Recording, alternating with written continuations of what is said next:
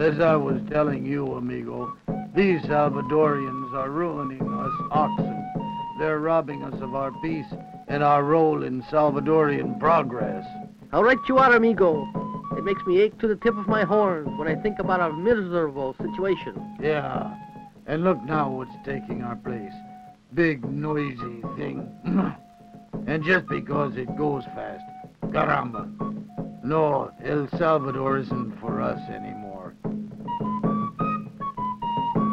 Remember, amigo, the tree where we used to take siestas in the shade? Look what we've got now. Yeah. Another big, noisy factory. What a pity. What a pity.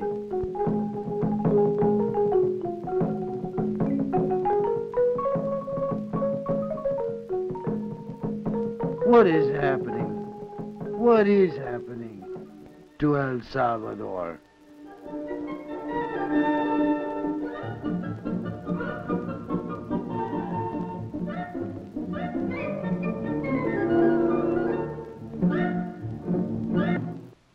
El Salvador has always been known as the land of volcanoes, and Izalco, better known as the beacon of the Pacific, has been one of the most famous on Earth. Though Izalco had been grandly active for a century, it has suddenly and perversely stopped. This hotel was constructed when Izalco's regular pyrotechnic display was one of the world's most magnificent spectacles. Salvadorians are optimistic that it will renew its performances soon, and when it does, the new hotel will overlook an unequaled scenic splendor. Meanwhile, brooding Izalco's symmetrical cone is a startlingly wonderful sight. Throughout El Salvador, the tourist finds lovely volcanic lakes ringed by towering volcanic mountains. More than 100 varieties of tropical trees, shrubs, and flowers bloom during the dry season when the days are cool and spring-like at the turn of the year.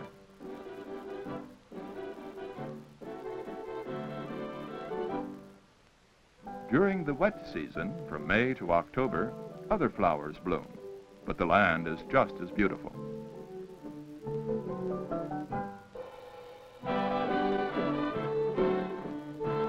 The Spanish colonial architecture of El Salvador, dating principally from the 18th century, is almost entirely religious and has simple charm, good proportions, and vigorous design.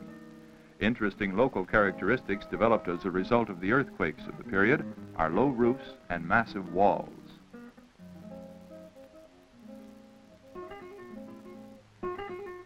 In the town of San Vicente stands the church of El Pilar.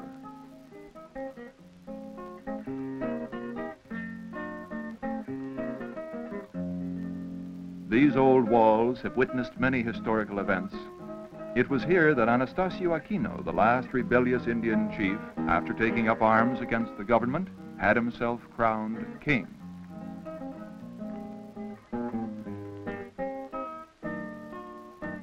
El Salvador is the smallest of the Central American republics, but it is a giant among them in industrial activity. There is a genuine boom atmosphere in the country. Here in San Salvador, the capital, this attractive new four-lane divided thoroughfare tunnels under a new jet airstrip.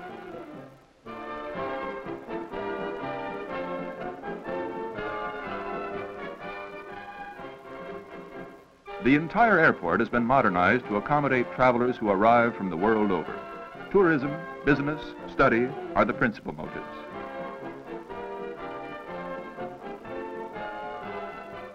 TACA International Airlines, the private Salvadorian national flag carrier, has regular flights to the United States.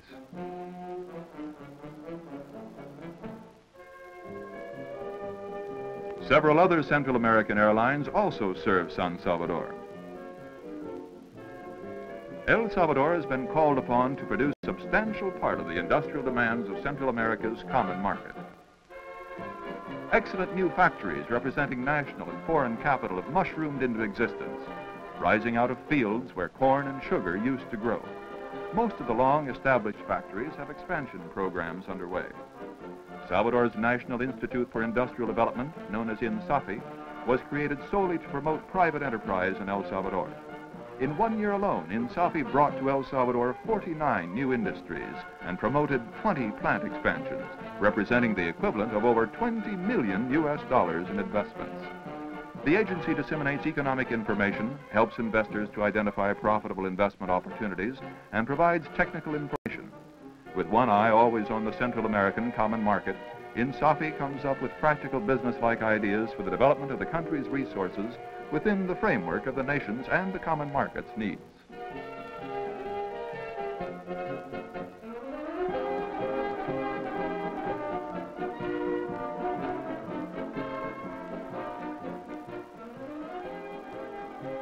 The capital city, San Salvador, is also its largest city, with a population of almost 300,000.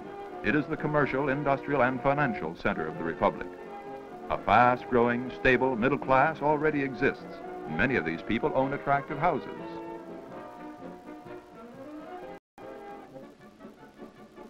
El Salvador boasts the largest textile mill in Central America, and it is adding another 20,000 spindles to its present 35,000 spindle capacity. It is also planning to add synthetic fiber production to its present cotton fabric output. This textile mill employs over 1,500 workers who produce more than 1,200,000 yards of fabric per month, plus 700,000 pounds of yarn.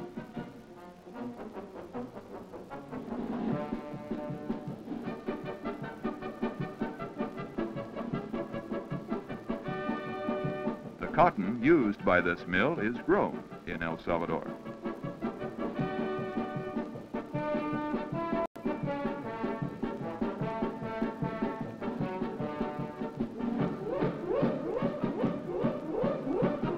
The quality of these textiles is excellent and competes well among the better fabrics of the world. This recently completed structure is one of the most modern flour mills in the world. Bread and other wheat products have been improved in quality as a result of this mill.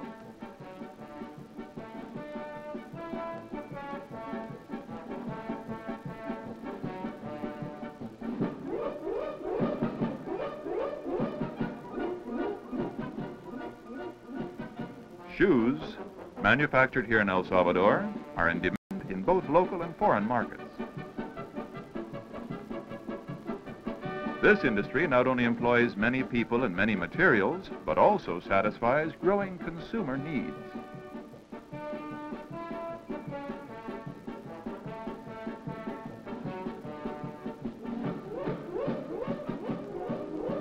A huge piece of machinery glues and presses wide strips of heavy paper together for the manufacture of paper boxes and cartons.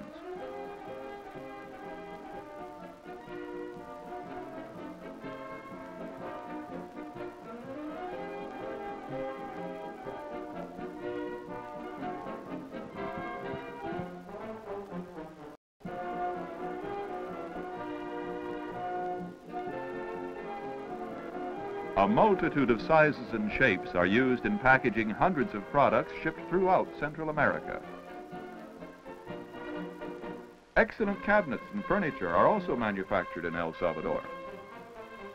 These are select Salvadorian coffee beans, which after they're roasted to the precise color, will be pulverized for instant coffee, which is gaining popularity at home and abroad. Coffee is Salvador's #1 agricultural crop.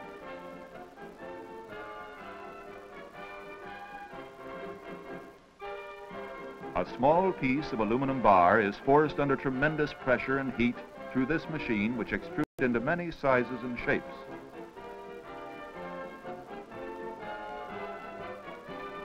These aluminum extrusions serve as an endless variety of factory, construction, and home uses.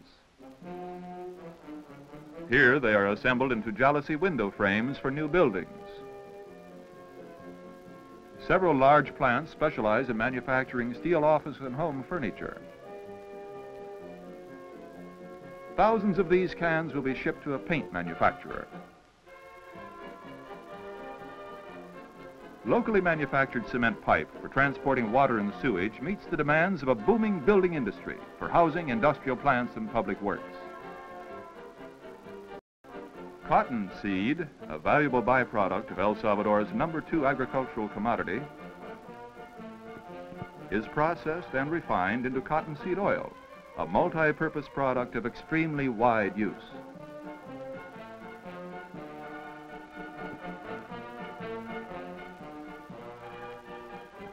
This machine converts the cottonseed oil into lard for home consumption.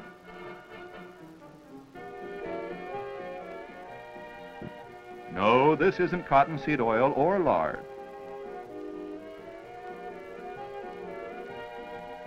It's paint, locally manufactured to the highest international standards.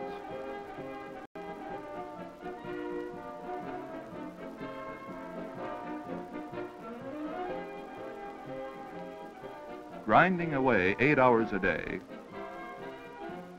this machine is one of many that turns out an everyday product essential to health and sanitation.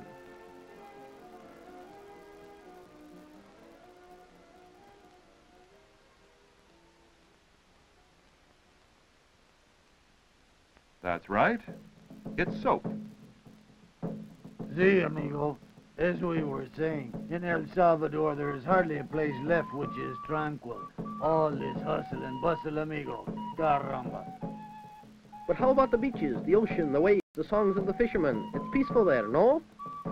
But my dear friend, this is not a fishing boat. What's going on? No, my friends, this is an oil tanker that bears the name of our country, and it's one of the largest. It brings crude oil here to Acajutla. To Acajutla? That is just a fishing village, no? No, Senor, Acajutla was a fishing village, but now it's one of our principal ports and fast becoming a large industrial center. This new refinery is an example. The crude oil brought to the country is now refined here, right in our own backyard, so to speak. Trained Salvadorians are producing quality fuels to satisfy the ever-increasing demands of our economy.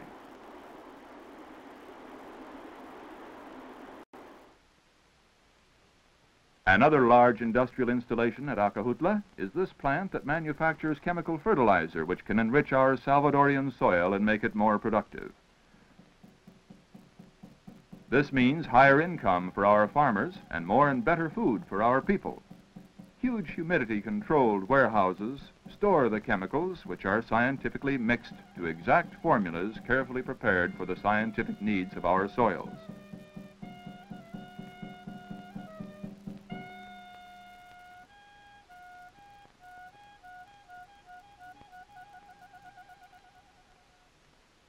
Soil is the foundation of happiness, prosperity, and progress. Deeply rooted in the earth is the welfare of all people.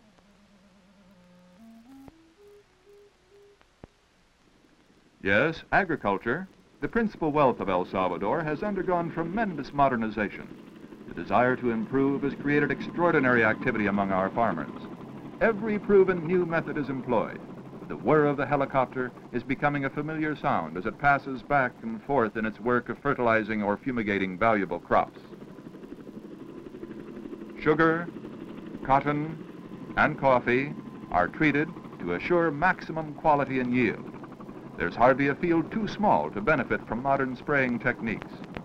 The copter passes so low that the tops of the plants literally brush the vehicle as the giant propeller swirls the chemical downward.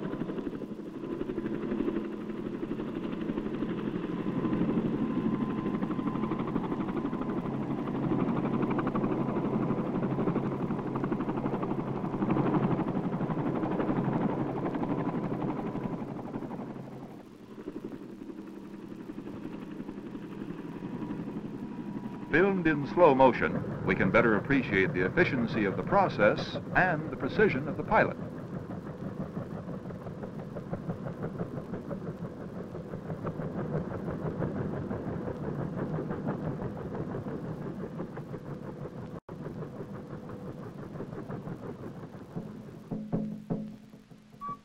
Modern techniques, efficiency, progress. Bah! Amigo, I'm still for the good old days. An overgrown mosquito, nothing more, nothing more. An overgrown mosquito, nothing more. Something new to El Salvador are these huge fish ponds where prolific species of fish are raised. As tiny fingerlings, they were planted here to grow to maturity. They're being harvested, but not to be eaten.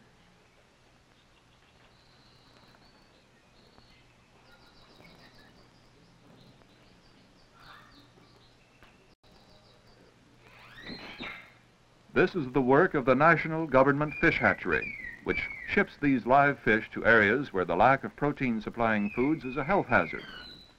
Local farmers in these areas are encouraged to construct small ponds in which the fish are stocked. The fish soon reproduce and mature rapidly. As they mature, they're caught and sold, thus supplying much-needed protein in diets. The live fish are transported in plastic bags which contain water and pumped in oxygen. They remain strong and healthy under these conditions for 12 hours, ample time to get them to their new homes throughout Central America or even as far off as Mexico.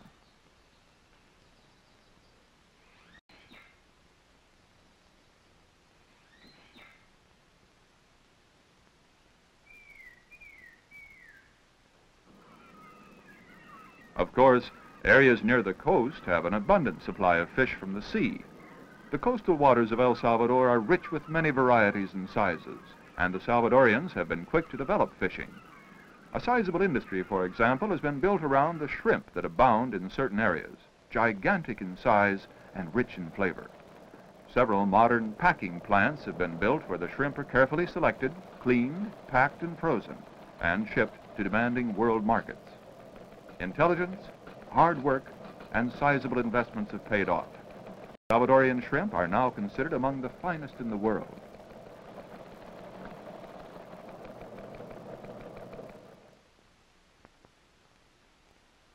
And this dam, named the 5th of November, converts abundant water power to electrical energy to satisfy the increasing demands of people and industry in El Salvador.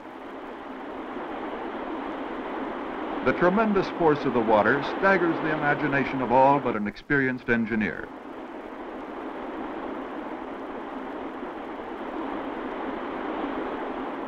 In the tranquil, central region of El Salvador, this dam harnesses the forces of the Rio Lempa to serve the country's urgent need for more electrical power.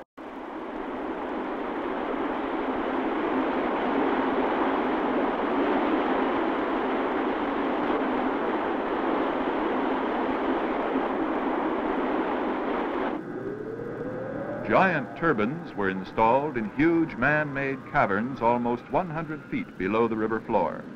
Thus, 60,000 kilowatts of additional power is generated for Salvador's burgeoning industrialization. Often the new and old stand side by side in El Salvador. An example is this old cathedral in Santa Ana, the second city of the nation. The Salvadorian takes pride in preserving the nation's cultural traditions. These are traditions that still influence life in El Salvador. Religion, art, intellectual pursuits, indispensable underpinnings to new technological progress.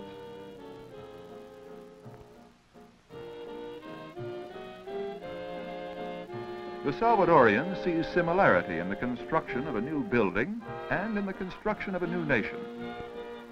The design must be approved. The foundation and construction must be strong and solid, and the tradition must find a place.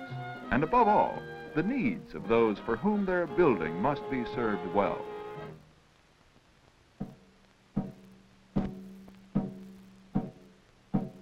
These rules explain why the Salvadorian seeks to build the future, but also to preserve the past.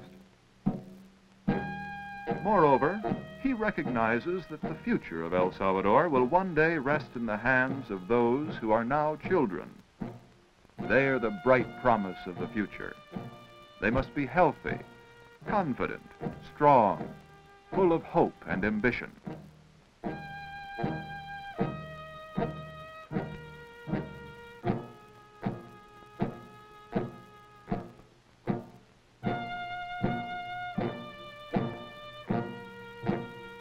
A youth that seeks new horizons each day and is unafraid of the future.